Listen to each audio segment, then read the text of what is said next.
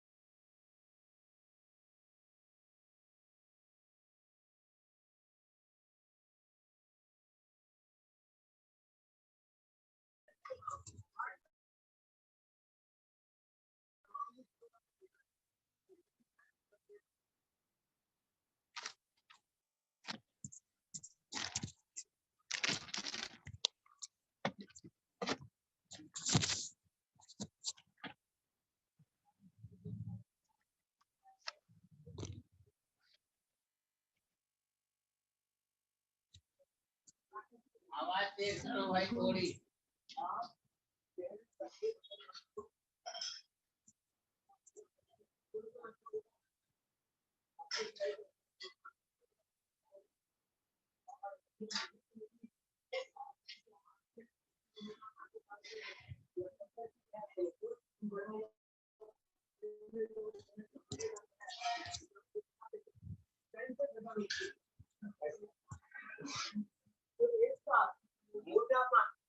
और मोटापा के कॉम्प्लिकेशन, ये चार अभ्यास करें।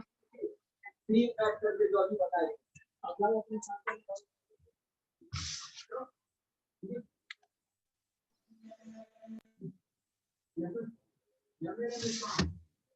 मैं आपको बता रहा हूँ मैं कैसे करांगे मैंने कैसे करांगे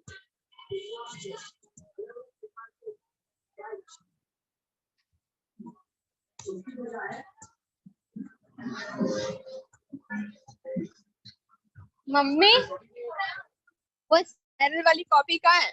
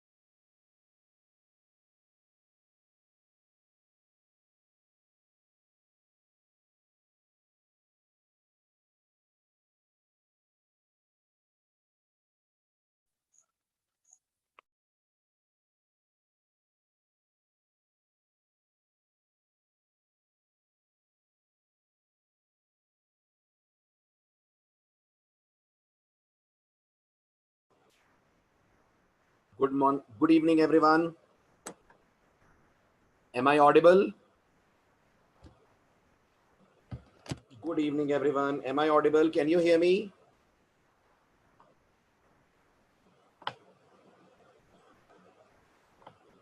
Screen भी visible है. Can you see the screen also?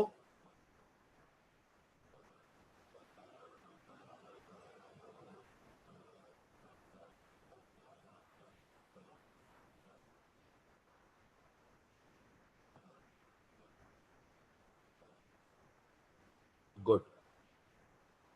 चलिए तो बढ़ते हैं आगे. अब सबसे पहले जो पिछले 2 दिनों में आपने थ्योरेटिकली पढ़ा, व्हाइट बोर्ड पे समझा, उसको अपन अब प्रैक्टिकली कर लेते हैं डिस्कस, खास तौर पे स्कैनर के स्पेशल बिहेवियर्स.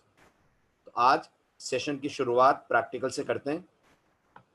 पिछले 2 दिनों में जो आपने पॉइंट्स पढ़े, उनमें जो बेहद ज़रूरी पॉइंट्स थे उन्हें प्रैक्टिकली अपन करते हैं डिस्कस, ताकि ये आपके दिमाग में फिट हो जाएं and through out the course ये चीज़ें आप भूलें ना.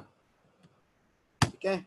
सबसे पहली चीज़ बताइए, स्कैनफ फंक्शन का पर्पस क्या है? Why do we use scanf in C language? जल्दी जल्दी बोलिए फटाफट. स्कैनफ का पर्पस है आप यूजर से इनपुट लें उसके थ्रू. राइट, बिल्कुल ठीक है. तो अब स्कैनफ का जो हमने पहला प्रोग्राम बनाया था, मैं वो प्रोग्राम से शुरू कर रहा हूं. अगर आपको याद हो, स्क्रीन नजर आ रही है, आईडी नजर आ रहा है आपको, कोड देख पा रहे हैं जो मैं लिख रहा हूं?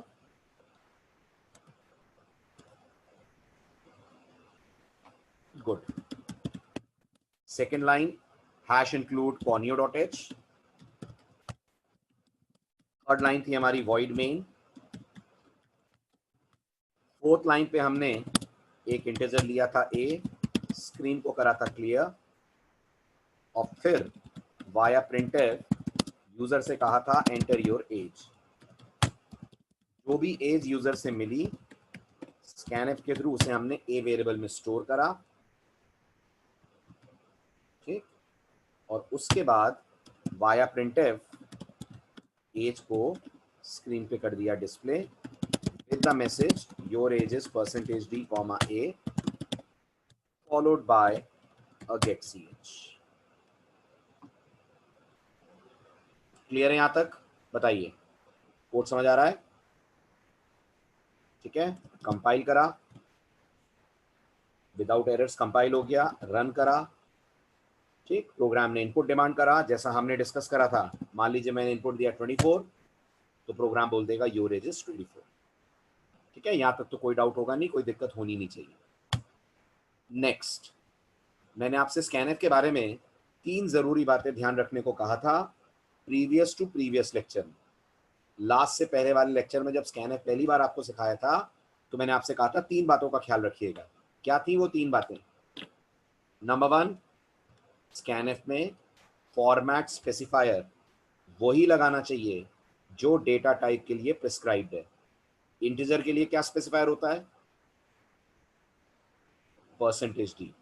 अब मुझे बताइए, अगर गलती से मैं यहाँ %f लगा देता हूं, गलती से मैं यहाँ %f लगा देता हूं, तो क्या ये कोड कंपाइल होगा? Very good. ये बिना किसी एरर के कंपाइल होगा, लेकिन रन टाइम पे क्रैश कर जाएगा. ये बिना किसी एरर के कंपाइल होगा, लेकिन रन टाइम पे क्रैश कर जाएगा. तो जैसे ही इस कोड को आप कंपाइल करेंगे, नोटिस कीजिए कंपाइलर एक एरर नहीं दे रहा आपको, उसकी तरफ से 0 एरर आ रही है. लेकिन आप रन करेंगे और देखिएगा स्क्रीन फ्लैश करके ये कोड बंद हो जाएगा. नोटिस करिए, कंसोल कभी आया ही नहीं, आपके सामने इनपुट लेने का ऑप्शन मिला ही नहीं. आप जब कंसोल विंडो को चेक करेंगे बाहर जाकर मतलब कंसोल पे जाकर, तो आपको ऐसा कुछ एरर मैसेज मिलेगा, floating point format not link, abnormal program termination. इस एरर का मतलब क्या है ये मैं आपसे आगे शेयर करूंगा, बट अभी सुन लीजिए, ये एरर सिर्फ एक मामूली सी गलती, छोटी सी गलती के कारण आई कि जहां लगाना चाहिए था %d, वहां प्रोग्रामर ने गलती से लगा दिया %f. बताइए, समझ आई ये बात? यस और नो? आया. ठीक है. सेकेंड बात जो मैंने आपसे बोली थी स्कैनएफ में ध्यान रखने को, मैंने आपसे कहा था कोई जबरदस्ती का गैप, जबरदस्ती की स्पेस स्कैनएफ में मत दीजिएगा। मैंने परसेंटेज डी के बाद अननोइंगली एक एक्स्ट्रा स्पेस बार दे दिया। कंपाइल कीजिए, कोई दिक्कत कंपाइल टाइम पे नहीं होगी। नोटिस करिए 0 एरर के साथ कंपाइल हुआ। लेकिन जब आप रन करेंगे तो अब मुझे बताइए लास्ट टाइम जब मैंने 24 के बाद एंटर दबाया था तो क्या हुआ था? अभी जब मैंने इसको रन करा था 2 मिनट पहले, 24 के बाद एंटर दबाने पर क्या हुआ था?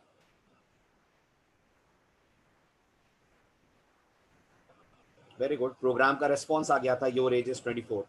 आप देखिए अपन एंटर प्रेस करते जाएंगे और प्रोग्राम कुछ करेगा ही नहीं। आपको ऐसा लगेगा जैसे प्रोग्राम हैंग हो गया है। आप कितने भी एंटर प्रेस कर दें कुछ नहीं होगा। अब तभी कुछ होगा जब आप कुछ एक्स्ट्रा टाइप करके फिर एंटर स्ट्राइक करें।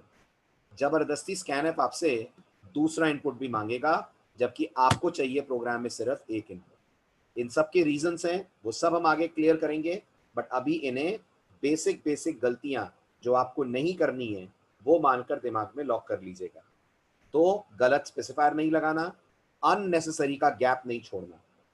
तीसरी बात जो मैंने आपसे बोली थी, स्कैनएफ में एड्रेस ऑफ बेहद इंपॉर्टेंट होता है। वेरिएबल के नाम के पहले एम्परसेंड, जिसका ऑफिशियल नाम है, एड्रेस ऑफ लगाना नहीं भूलिएगा। इसके लिए भी मैंने कहा था अगर भूल गए तो कोड में कोई एरर नहीं आएगी, एक भी एरर नहीं आएगी। गौर कीजिए 0 एरर के साथ ये कंपाइल हुआ। लेकिन जैसे ही आप इसको रन करेंगे प्रोग्राम रन होगा, आपसे बकायदा एज लेगा, लेकिन बिल्कुल ही नॉनसेंस, एब्सर्ड, अजीब सा आउटपुट आपको देगा। एज अ बिगनर हो सकता है आप पहली बार में गलती ना पकड़ पाए, परेशान होते रहे आप घंटे आधे घंटे तक, बाद में पता चले स्कैनएफ में गलती से एड्रेस ऑफ मिस हो गया। तो मैं आपको पहले ही बता दूं, ये 3 गलतियां प्रोग्राम को एबनॉर्मल बिहेवियर की तरफ पुश कर देती हैं। कौन सी 3 गलतियां? गलत स्पेसिफायर लगाना, जबरदस्ती की स्पेस छोड़ना और वेरिएबल के नाम के साथ एड्रेस ऑफ का ना लग पाना।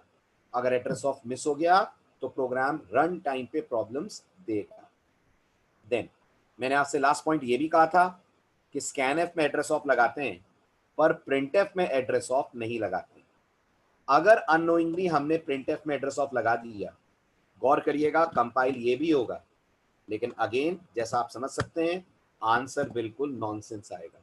हमने 24 दिया है तो दिखा रहा है -12। Everyone is getting this point? सब लोग मेरी बात समझ पा रहे हैं? ये थी वो 3 जरूरी बातें जो मैंने आपको प्रीवियस टू प्रीवियस लेक्चर में बताई थी। अब आपने अगर पिछला लेक्चर अटेंड करा हो तो पिछले लेक्चर में आपने नया सीखा था यूजर से मल्टीपल इनपुट्स कैसे लेने, उसका भी प्रैक्टिकल अपन करके देखते हैं। उसमें भी 2-3 बहुत जरूरी बातें हैं जो आपको समझनी होगी। ठीक, अगर हमको यूजर से मल्टीपल इनपुट्स लेने हैं तो सबसे पहले मल्टीपल वेरिएबल्स बनेंगे। मैं वही कोड ले रहा हूं जो मैंने व्हाइट बोर्ड पे आपसे डिस्कस करा था। एक इंटीजर r, एक कैरेक्टर g और एक फ्लोट p। पहले अलग अलग प्रिंटएफ स्कैनएफ लेते हैं। तो आप यूजर से सबसे पहले कहेंगे एंटर योर ग्रेड। जो भी ग्रेड यूजर आपको देगा %c से उसे स्कैन करके आप g में रखेंगे। फिर आप यूजर से बोलेंगे एंटर योर रोल नंबर। जो भी रोल नंबर यूजर आपको देगा %d से आप उसे स्कैन करके r में रखेंगे। और फिर आप यूजर से बोलेंगे एंटर योर परसेंटेज। जो परसेंटेज मिलेगी स्कैनएफ से %f से स्कैन करेंगे और उसके बाद आप इन तीनों को डिस्प्ले करेंगे by saying your grade is %c \n, your roll number is %d \n, your percentage is %f। अब इस एग्जाम्पल में आपको सिर्फ एक चीज पे ध्यान देना है और वो है फ्लोट वैल्यूज जब प्रिंट होती हैं तो किस तरीके से प्रिंट होती है। सबसे इंपॉर्टेंट लास्ट लेक्चर में यही पॉइंट था। ठीक, याद है आपको? सी फ्लोट वैल्यूज को प्रिंट करते वक्त क्या करती है बाय डिफॉल्ट? क्या करती है बताइए?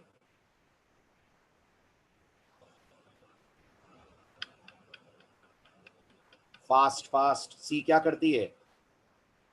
वेरी गुड, डेसिमल पॉइंट के बाद अपनी तरफ से 6 डिजिट्स आउटपुट में दिखाती है। जरूरी नहीं है वो 6 जीरोस ही हो सकता है वो कोई और दूसरे डिजिट हो, लेकिन आएगा आउटपुट 6 डिजिट तक, है ना। चेक करिए, रन करा अपन ने, ग्रेड दिया बी, रोल नंबर दिया 12, परसेंटेज दी मैंने 56.5। अब नोटिस करिए रोल नंबर परसेंटेज कैसे, सॉरी ग्रेड और रोल नंबर कैसे आ रहे हैं और परसेंटेज कैसे आ रही है। ग्रेड और रोल नंबर आप देख सकते हैं एग्जैक्टली वही आ रहे हैं जो आपने इनपुट में दिए हैं। ग्रेड और रोल नंबर आपको एग्जैक्टली वही मिल रहे हैं जो अपन को इनपुट में मिला है। सही बोल रहा हूं, है ना।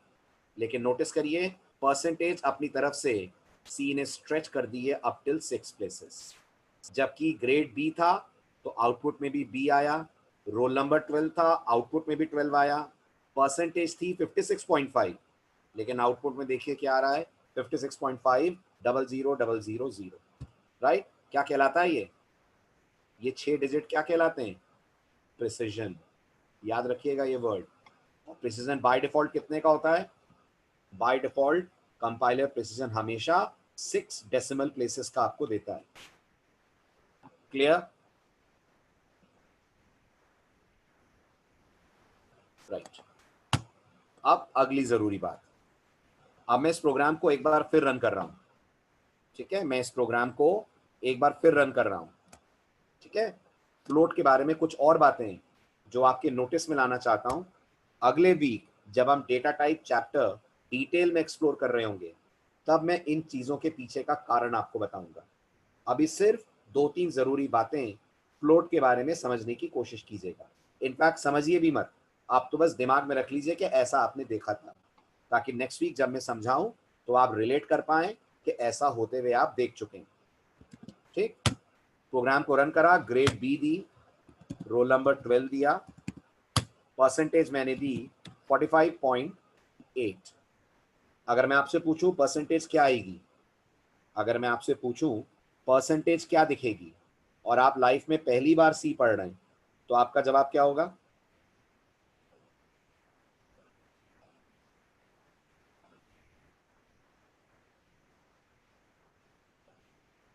आपका जवाब होगा 45.8000000 आना चाहिए।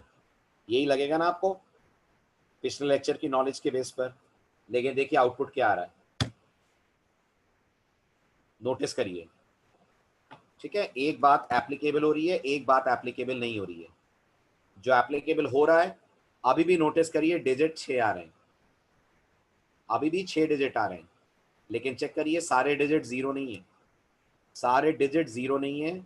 हम एक्सपेक्ट कर रहे थे 45.7000000 आए, लेकिन ये ना आकर आया 45.6999999।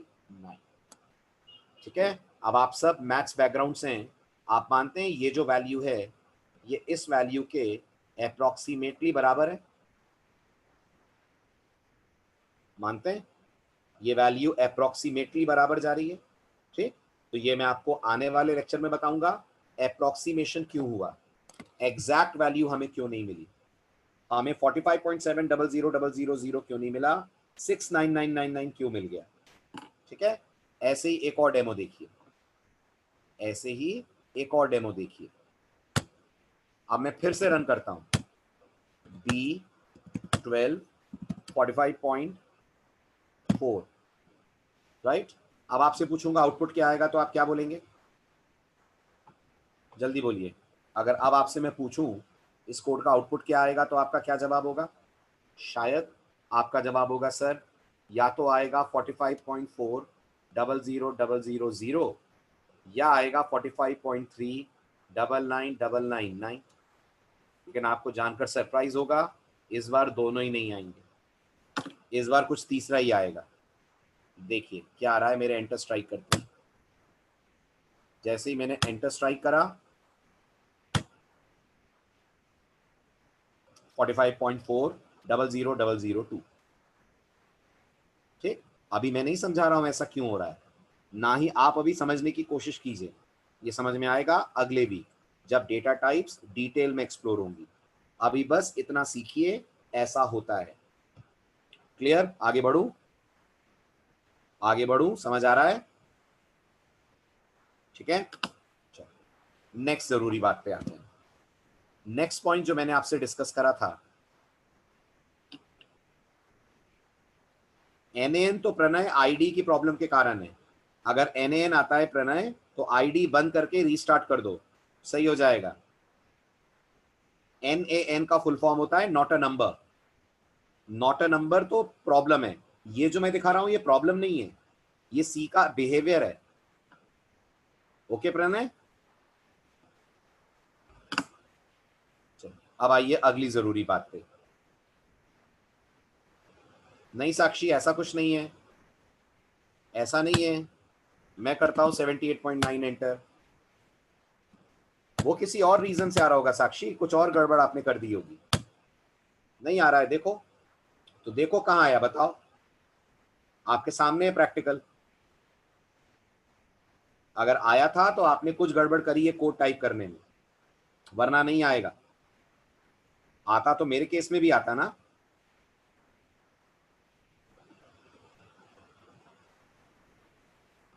ठीक है, तो आप चेक करना एक बार ध्यान से। और अगर आपको लग रहा है सर मैंने तो सब कुछ सही करा है फिर भी गलत आ रहा है, तो आईडी बंद करके रीस्टार्ट कर लेना। फिर भी ना लगे तो मुझे कोड व्हाट्सएप कर देना, कोड भी और आउटपुट भी। ठीक है,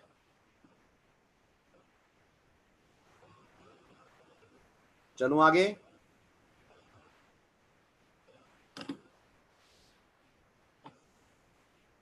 चलो नेक्स्ट पॉइंट, मैंने आपको लास्ट लेक्चर में बताया था यूजर से मल्टीपल वैल्यूज लेनी हो तो कैसे लेंगे। उसके लिए हमने कहा था कि हम यूजर को एक ही प्रिंटफ में तीनों मैसेजेस दे देंगे।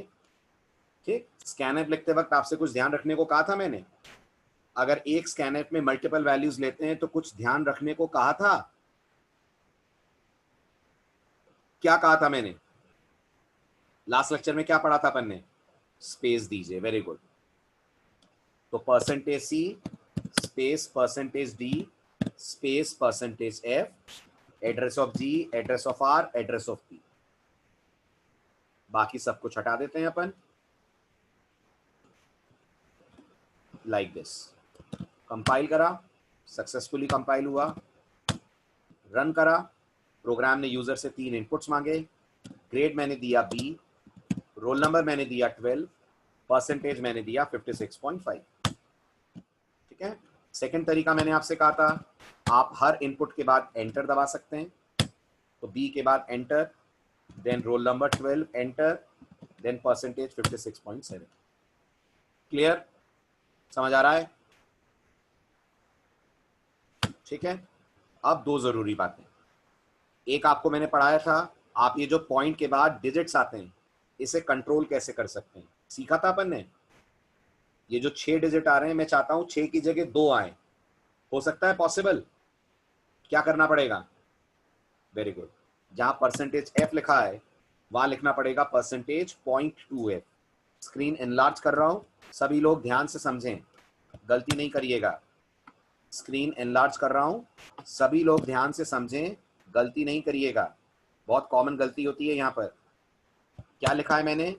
%.2F लिखा है, ध्यान दीजिएगा। .2F is very important.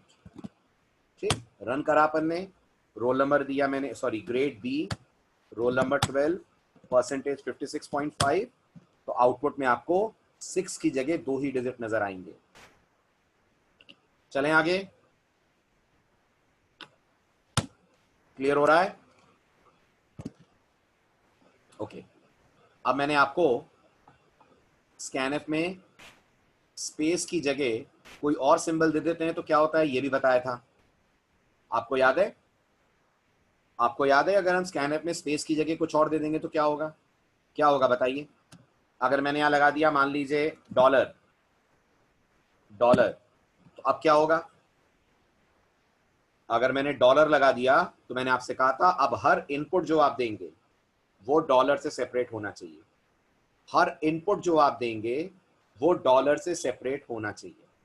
अब अगर मैं कोड रन करता हूं तो मेरे पास एक ही तरीका है इनपुट टाइप करने का, वो है मैं ग्रेड दूं B, फिर उसके बाद डॉलर लिखूं, डॉलर के बाद 12 लिखूं, फिर डॉलर लिखूं, और फिर डॉलर के बाद मैं कुछ और वैल्यू टाइप करूं, जैसे मान लीजिए मैंने टाइप करा 56.5, समझ आ रहा है? तब आपका कोड सही चलेगा। और कहीं अगर आपको लगा सर मैं स्पेस दे दूं तो b स्पेस 12 स्पेस 56.5, तो देखिए नॉनसेंस आउटपुट आएगा। आ रहा है?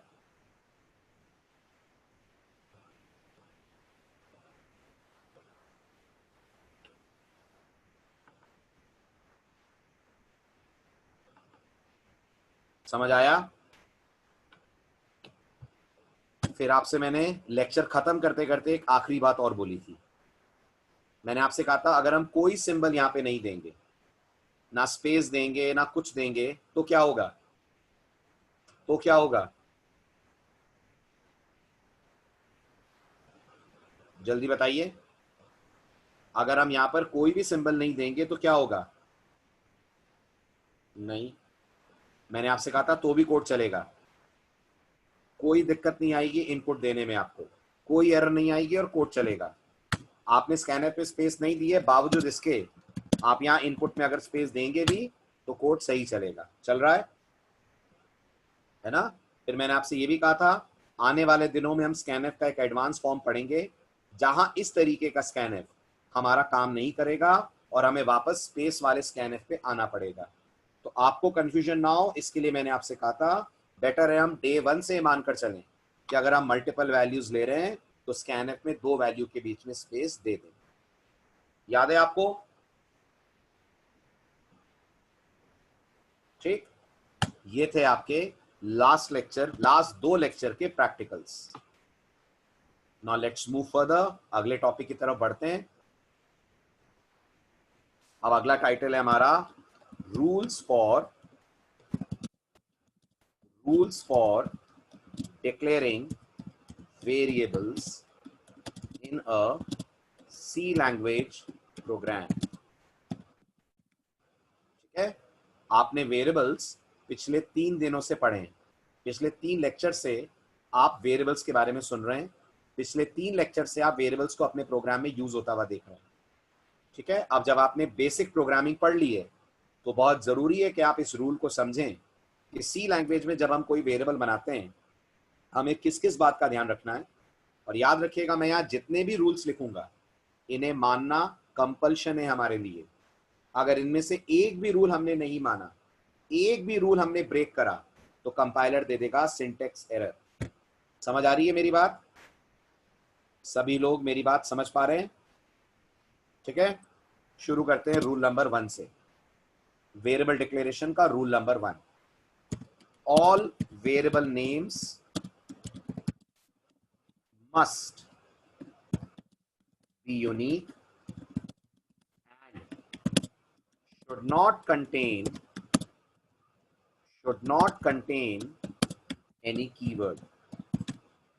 बताइए क्या समझ में आया इस रूल से आपको? जल्दी से समझाइए मुझे।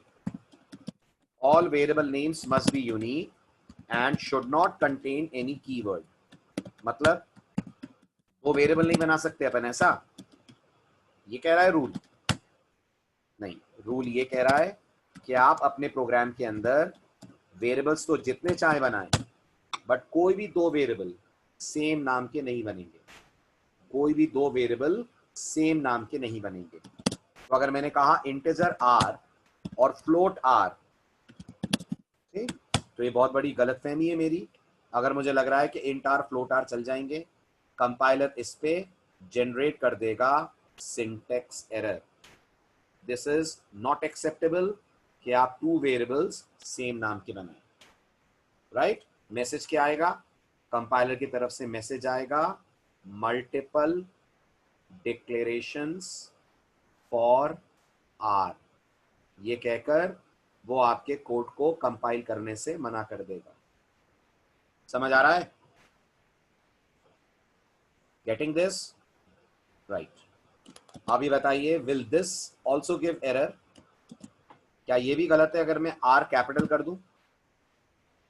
क्या कहते हैं, ये सही है कि गलत है? सही है, इसमें कोई प्रॉब्लम नहीं है, this is perfectly valid. Right, लेकिन ऐसा करना नहीं चाहिए। But we should avoid this, कारण हमें इसमें कंफ्यूजन होता है। ठीक है, कोई मतलब नहीं है कि आप स्मॉल कैपिटल वेरिएबल्स के नाम दें, बेटर है वेरिएबल्स का काम अलग है तो उनका नाम भी बिल्कुल अलग होना चाहिए। ठीक है, लेकिन सिंटैक्टिकली कंपाइलर को इसमें कोई आपत्ति, कोई ऑब्जेक्शन नहीं है। ठीक है, थर्ड था वेरिएबल्स के नाम में कीवर्ड्स अलाउड नहीं है। तो my question to you is, क्या ये चलेगा अगर मैं कहता हूं इंट आर और यहां कह दूं मैं float char? Can I do this? Is this allowed? क्या ऐसा करना अलाउड होगा जैसा मैं कर रहा हूं?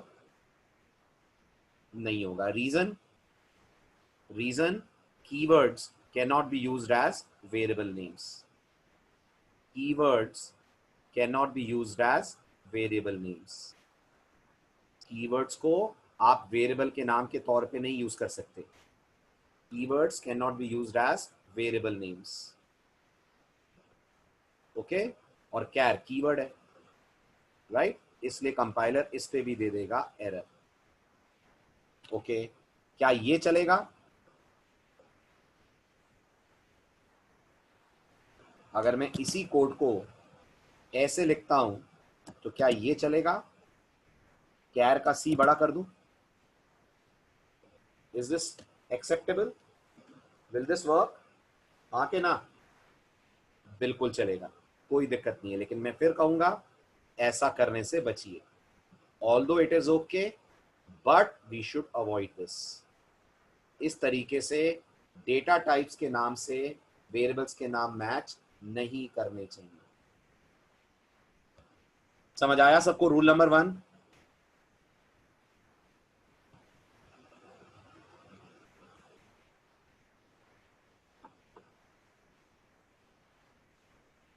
रूल नंबर 2, वेरिएबल्स का रूल नंबर 2। सेकेंड रूल कहता है variable names can contain alphabets as well as digits both, but they must begin with an alphabet.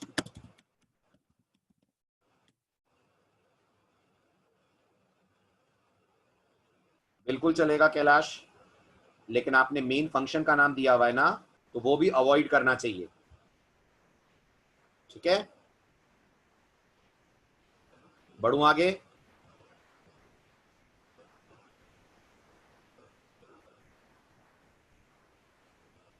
चलिए नेक्स्ट, समझाइए अब मुझे। वेरिएबल के नाम में अल्फाबेट्स और डिजिट्स दोनों अलाउड हैं, लेकिन नाम की शुरुआत होनी चाहिए अल्फाबेट से। इसका क्या मतलब है? Tell me. इसका मतलब है जब आप कोई वेरिएबल बना रहे हो तो आप वेरिएबल का नाम अल्फाबेट और डिजिट दोनों से कंबाइन करके रख सकते हैं, राइट? तो मैं कुछ वेरिएबल्स के नाम लिख रहा हूं, आप बताइएगा कौन सा सही है और कौन सा गलत है। क्या ये चलेगा int r1? Is this okay? Right, special symbol पे आ रहा हूं मैं अभी। स्पेशल सिंबल के बारे में मैंने अभी कुछ नहीं कहा है, वेट कीजिए। ठीक, will this work int r11? ये चलेगा। Will this work int roll? चलेगा। And will this also work int 1r? नहीं चलेगा। Will this work int 1? नहीं चलेगा। Will this work int 12? नहीं चलेगा। समझिएगा, राइट? तो इस कोड में इंट r1 चलेगा, no issues with that. Okay, this is perfectly okay, this is perfectly okay, this is perfectly okay. 1r 112 सब में कॉमन गलती है, variable names can not begin with a digit.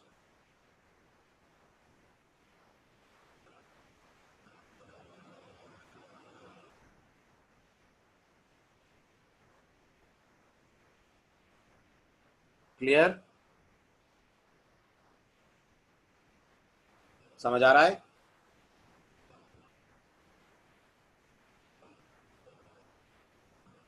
नहीं प्रणय, नाम प्रिंट कराने के लिए स्ट्रिंग का इंतजार करो, स्ट्रिंग चैप्टर आएगा उसमें करेंगे अपन नाम कैसे लेते हैं।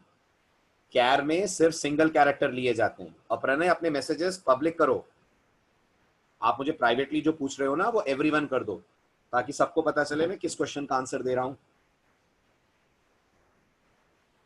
दीपिका आप दीपांकर आप बताइए कैसे चलेगा। आप दिमाग लगाइए। इंट इंट, जो पहला इंट है वो डेटा टाइप हो गया, सेकंड इंट आप वेरिएबल के नाम के लिए ले रहे हैं। क्या वेरिएबल का नाम कीवर्ड हो सकता है Dipankar?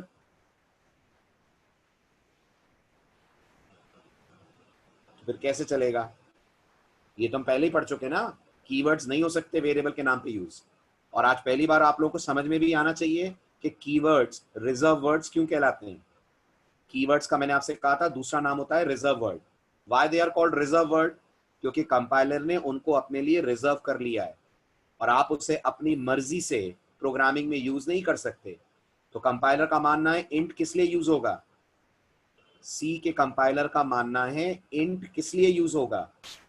Just for being used as data type, not for variable name. Okay, चलिए रूल नंबर 3 पे आते हैं।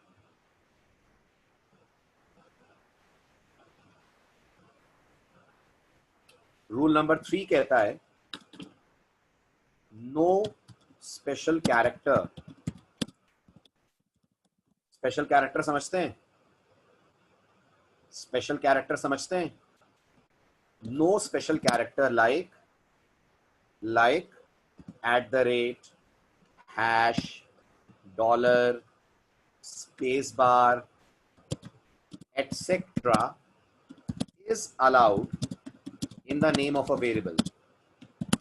In the name of a variable, किसी भी वेरिएबल के नाम में स्पेशल कैरेक्टर अलाउड नहीं है। Only underscore is allowed. कोई भी स्पेशल कैरेक्टर अलाउड नहीं है सिवाय अंडरस्कोर के। अंडरस्कोर अलाउड है और अंडरस्कोर को एक और फ्रीडम है और वो फ्रीडम ये है, moreover variable names can even begin with an underscore। समझ आ रही है बात? Are you getting my point?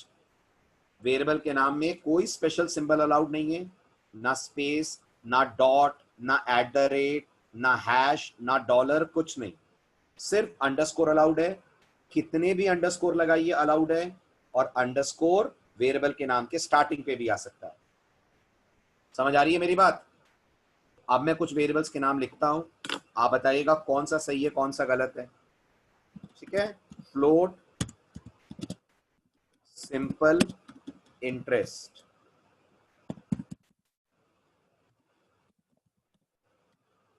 क्या ये चलेगा? फ्लोट सिंपल डॉट इंटरेस्ट, क्या ये चलेगा? फ्लोट सिंपल इंटरेस्ट, ये चलेगा? फ्लोट सिंपल अंडरस्कोर इंटरेस्ट, क्या ये चलेगा? इंटीजर ए अंडरस्कोर, क्या ये चलेगा? इंटीजर अंडरस्कोर ए, क्या ये चलेगा? इंटीजर 1 अंडरस्कोर, इंटीजर अंडरस्कोर 1 और इंटीजर सिर्फ अंडरस्कोर। अब एक एक के बारे में अपने व्यूज दीजिए, कौन सही कौन गलत। पहला चलेगा? पहला वाला चलेगा? नहीं चलेगा, कारण space is not allowed.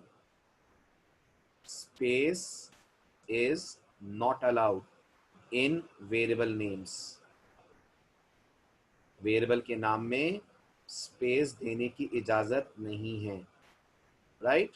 Second वाला भी नहीं चलेगा, कारण आपने डॉट यूज करा हुआ है।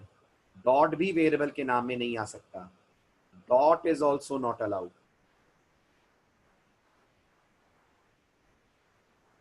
राइट? सो ना तो स्पेस अलाउड है in the name of a variable, ना ही डॉट अलाउड है। दोनों देंगे एरर, राइट? थर्ड चलेगा? चलेगा। थर्ड वाले में कोई दिक्कत कंपाइलर को एज सच नहीं है, तो थर्ड वाला बिल्कुल वैलिड है। फोर्थ चलेगा, फोर्थ चलेगा, चलेगा, राइट। फिफ्थ चलेगा, ए अंडरस्कोर वैलिड है, वैलिड है, अंडरस्कोर ए वैलिड है, वैलिड है, वन अंडरस्कोर वैलिड है, नहीं वैलिड है, अंडरस्कोर वन वैलिड है, यस, अंडरस्कोर वन में क्या दिक्कत है, शुरुआत अंडरस्कोर से कर रहे हैं ना। सिर्फ अंडरस्कोर वैलिड है, सिर्फ अंडरस्कोर वैलिड है, इसमें भी कंपाइलर को कोई दिक्कत नहीं है, ये सब के सब वैलिड है, लेकिन space, at the rate, dot, ये सब अलाउड नहीं है। क्लियर?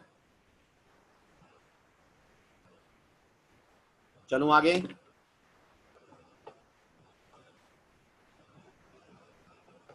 Rule number 4। अब ये वो रूल है जो आप पिछले 2 दिन से फॉलो कर रहे हैं। पता आपको आज पहली बार चलेगा कि एक रूल था जिसे हम लोग फॉलो कर रहे थे। In a C language program, all variable declarations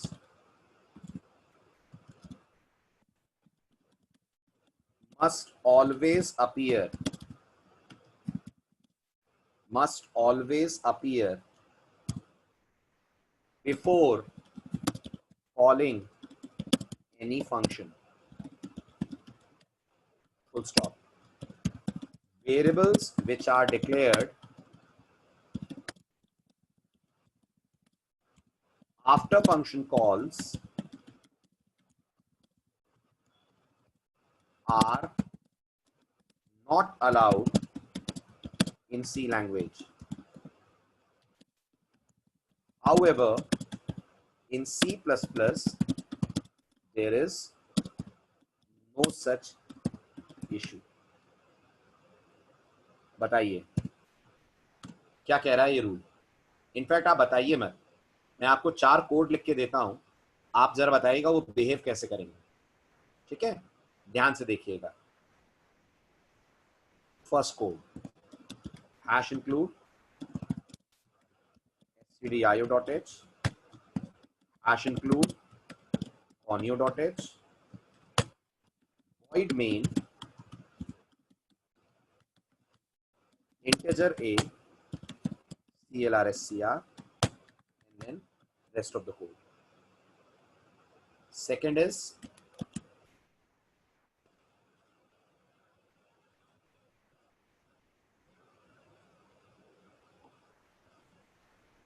same code, right. पहले वाले का नाम है sachin.c, इमेजिन करिए। दूसरे वाले का नाम है sachin.cpp। तीसरा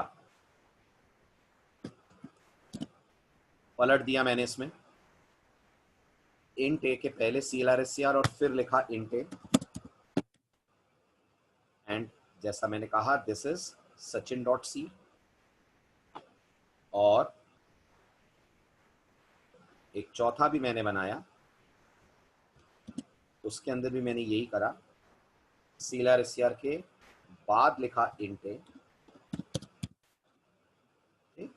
again third one is sachin.c and fourth one is sachin.cpp।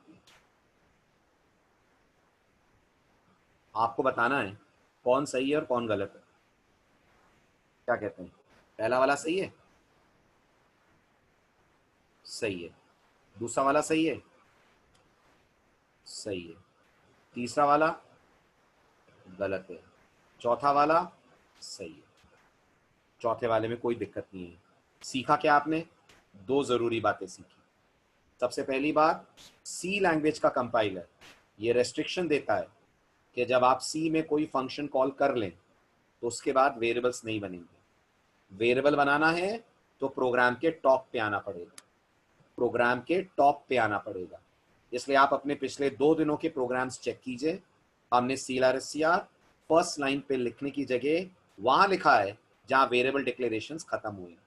clrscr first line पे आ गया तो कंपाइलर कोड कंपाइल नहीं करेगा।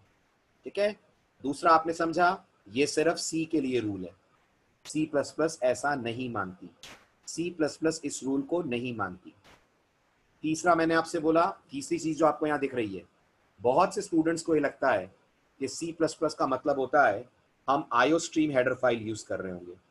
ऐसा कतई नहीं है। हम सी लैंग्वेज की हेडर फाइल्स यूज करके भी प्रोग्राम को सी प्लस प्लस के स्टाइल में बना सकते हैं। कंपाइलर एक्सटेंशन देखकर पहचानता है कि ये सी का कोड है या ये सी प्लस प्लस का कोड है। तो आपको लग भले ही ये सी का कोड रहा है, लेकिन ये एक्चुअल में सी डबल प्लस के रूल्स पे चलेगा, क्योंकि extension of the program is .cp। इसलिए सी प्लस प्लस में हम इस बात की पूरी परमिशन है कि जहां मन करे हम प्रोग्राम में वेरिएबल वहां सॉरी हम प्रोग्राम में वेरिएबल वहां बना सकते हैं, जबकि सी लैंग्वेज में हमें ये फ्रीडम नहीं है। हमें अगर वेरिएबल बनाना है तो उसे डिक्लेयर प्रोग्राम के टॉप पे करना पड़ेगा। समझ आ रही है मेरी बात सबको? क्लियर? अब एक डाउट है मेरा, सी कहती है आप फंक्शन कॉल के बाद वेरिएबल नहीं बना सकते, तो मेन के बाद कैसे बन रहा है वेरिएबल? मेन भी तो फंक्शन है ना।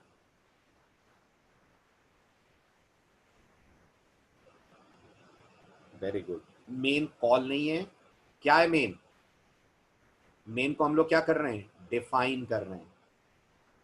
डिफाइन के बाद वेरिएबल बन सकते हैं, और CLR को हम लोग क्या कर रहे हैं? कॉल कर रहे हैं। कॉल के बाद वेरिएबल नहीं बन सकते। समझ आया?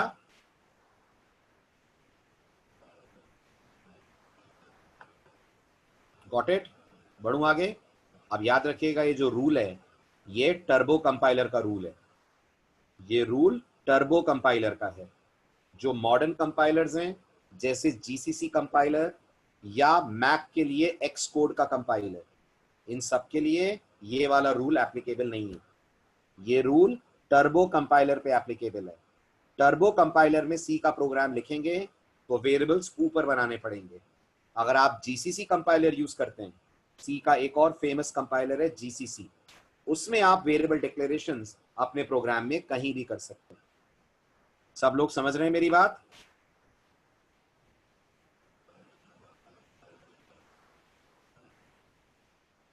क्लियर? बढ़ूं आगे? Rule number 5,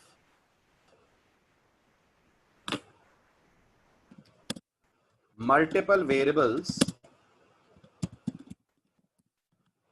of the same data type can be declared in the same row together, separated with commas। याद रखिएगा क्या कह रहा है रूल। रूल ये कह रहा है कि अगर आप अपने प्रोग्राम के अंदर एक से ज्यादा वेरिएबल्स बनाते हैं और उनकी डेटा टाइप आपको सेम रखनी है, मान लीजिए मुझे फिजिक्स, केमिस्ट्री, मैथ्स के मार्क्स लेने के लिए 3 वेरिएबल बनाने हैं, तो मैंने एक वेरिएबल बनाया PHY, एक बनाया CHEM, एक बनाया मैंने मैथ्स।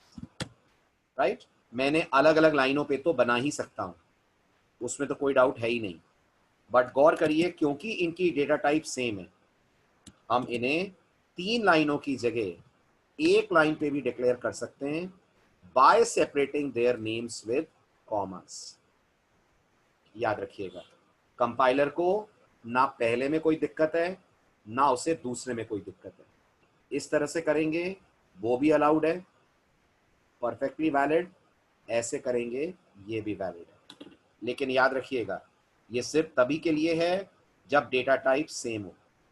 अगर आपको लगता है सर जो हम कोड बना रहे थे जिसमें वेरिएबल्स इंटीजर, कैरेक्टर, फ्लोट थे, उसके अंदर ऐसा करें, तो उसके अंदर ऐसा करेंगे तो हो जाएगी गड़बड़।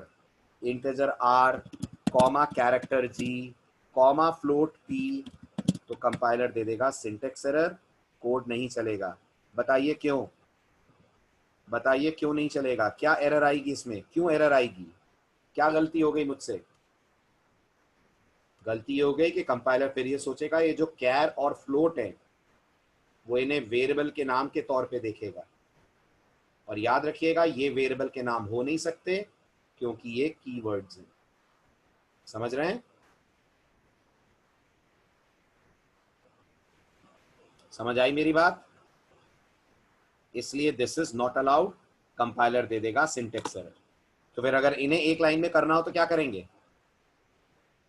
अगर इन्हें एक लाइन में ही करना हो तो क्या करेंगे? अगर इन्हें एक लाइन में करना हो तो फिर आप सेमीकोलन का सहारा लेंगे, राइट? अगर आप एक लाइन में करना ही चाहते हैं इनको तो फिर आप सपोर्ट लीजिए सेमीकोलन का। ऐसे करिए, कंपाइलर अलाउ कर देगा, उसे कोई दिक्कत इसमें नहीं है। समझ आया? अगर एक रो पे ही करना है तो variable space is not allowed. समझा नहीं योगेश में? कहां पर स्पेस? वेरिएबल के नाम में। हाँ, नॉट अलाउड, बिल्कुल सही है, बट उसके पहले तो यहाँ कीवर्ड आ रहा है ना, इसलिए पहले तो कीवर्ड की एरर हो जाएगी ना। समझ आया सबको? क्लियर हुआ rule number 5? Last rule number 6, the maximum length of a variable name in a C language program can be up to 32 characters depending on compilers, and in C++ it can be up to 256 255 characters। याद रखिएगा, जब आप किसी variable को नाम देते हैं तो सी के कंपाइलर वेरिएबल का नाम मैक्सिमम कितना बड़ा होगा उस पे भी एक लिमिट लगाते हैं। ऐसा नहीं कि आप कितना भी बड़ा नाम लिख दें। कितना भी बड़ा नाम पाइथन में अलाउड है, कितना भी बड़ा नाम जावा में अलाउड है, बट C++ में अलाउड नहीं है। C++ लैंग्वेज में जब आप वेरिएबल को नाम देंगे तो उसका एक लिमिट है नाम की, और वो लिमिट है C में 32 और C++ में 255। दूसरी बात जो स्टूडेंट्स गलत फहमी में रहते हैं, वेरिएबल का नाम उसकी साइज को कंट्रोल नहीं करता है। याद रखिएगा, वेरिएबल का नाम उसकी साइज को कंट्रोल नहीं करता है। तो अगर मैंने सी में 2 वेरिएबल बनाए, ध्यान दीजिए, ये भी मैं लिख ही देता हूं एज अ रूल ताकि आपको याद रहे। वेरिएबल नेम्स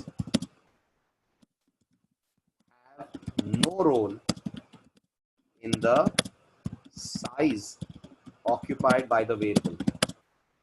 साइज का मतलब समझ रहे हैं? साइज मतलब बाइट्स, मेमोरी में कितने बाइट्स ये ऑक्यूपाई करेगा वो इसके नाम पे डिपेंड नहीं करता है, right? It depends purely on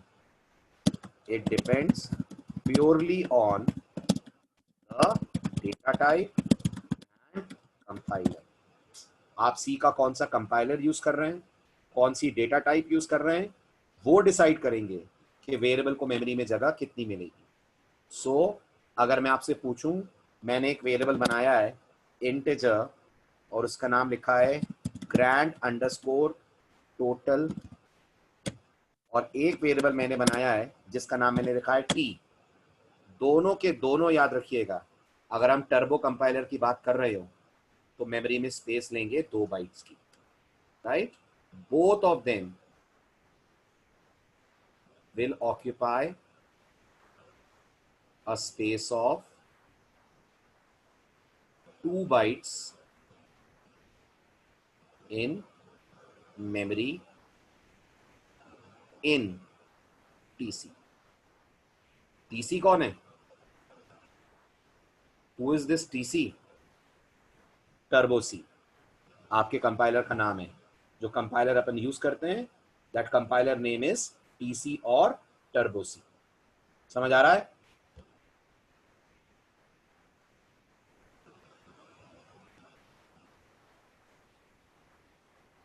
Everything absolutely clear?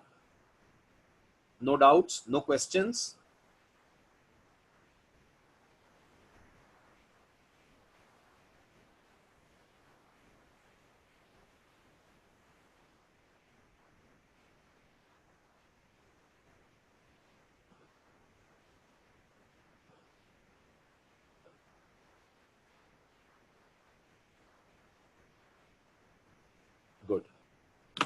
तो ये हुआ आपके वेरिएबल डिक्लेरेशंस को लेकर सी लैंग्वेज के 7 इंपॉर्टेंट रूल्स, जिन्हें मानना आपके लिए कंपल्शन है। इनमें से एक भी आपने नहीं माना तो कोड कंपाइल भी नहीं होगा। Violation of these rules will result into syntax errors. Let me mention this also. Right? Point number 8. We must strictly follow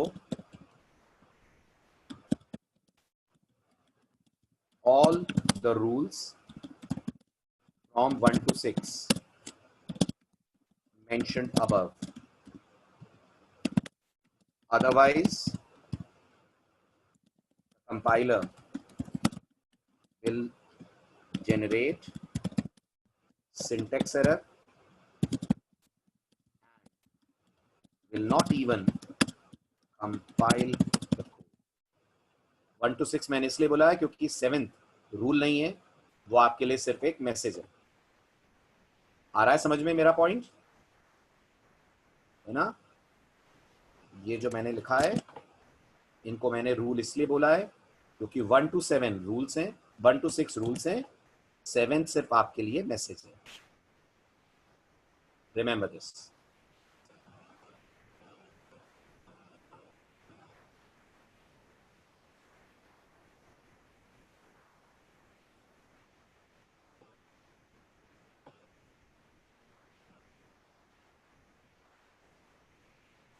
Okay, clear? So this completes your variable declaration rules. आइए परसों start करते हैं। बहुत crucial chapter है, miss मत कीजिएगा। परसों से अपन स्टार्ट करेंगे data types, very important. Sir 1 मिनट। एब्सर्ट का सर? मतलब, हाँ हाँ, वो बात करनी थी इसलिए। हाँ 2 मिनट। एब्सर्ट का मतलब है विकास अनप्रेडिक्टेबल, नॉनसेंस, समझ ही नहीं आएगा आउटपुट क्या आ रहा है। हिंदी में बोलते हैं ना अपन, कुछ भी होता है तो कुछ भी होगा, दैट इज एब्सर्ड। ओके, हाँ स्क्रीनशॉट ले लीजिए आप लोग। हाँ बात कर लीजिए सर। हाँ, एक चीज ध्यान दीजिए, आप लोग जितने स्टूडेंट्स ने फीस पे कर दी है अच्छी बात है, जिन्होंने नहीं की है वो याद से पे कर दीजिए, नहीं तो आप लोग को नेक्स्ट क्लास परमिशन नहीं दी जाएगी और ब्लॉक कर दिया जाएगा। फिर वही एक्सेस कर पाएंगे जिनकी फीस पेड है। मैं फिर से कह रहा हूँ, जिनने फीस पे नहीं की है वो याद से कर दीजिए। लमसम नहीं कर सकते तो अपने 2000 कर दीजिए, उसके बाद में कर दीजिए, या 1500 कर दीजिए, बाद में बाकी कर दीजिए, वो चलेगा। लेकिन फीस नहीं पे करेंगे तो उसका आप लोग को एक्सेस रोक दिया जाएगा, नेक्स्ट क्लास से ब्लॉक कर दिया जाएगा। फिर तो याद से आप लोग फीस पे कर दीजिए अपना। ठीक है सर, थैंक यू सर। और कोई डाउट्स, कोई क्वेश्चन है तो फोन कर लीजिए आप मुझे। कोई डाउट्स, कोई प्रॉब्लम कुछ भी हो आप लोगों को तो फोन कर लीजिए, लेकिन फीस पेमेंट याद से कर दीजिए अपनी। ठीक है सर, थैंक यू। हो गया स्क्रीनशॉट? These are 6 pages. ले लिए स्क्रीनशॉट्स आपने? डन? ओके, आइए परसों लेते हैं इससे आगे। ये रहा सेकंड पेज। ओके, चलिए बाय बाय, टेक केयर।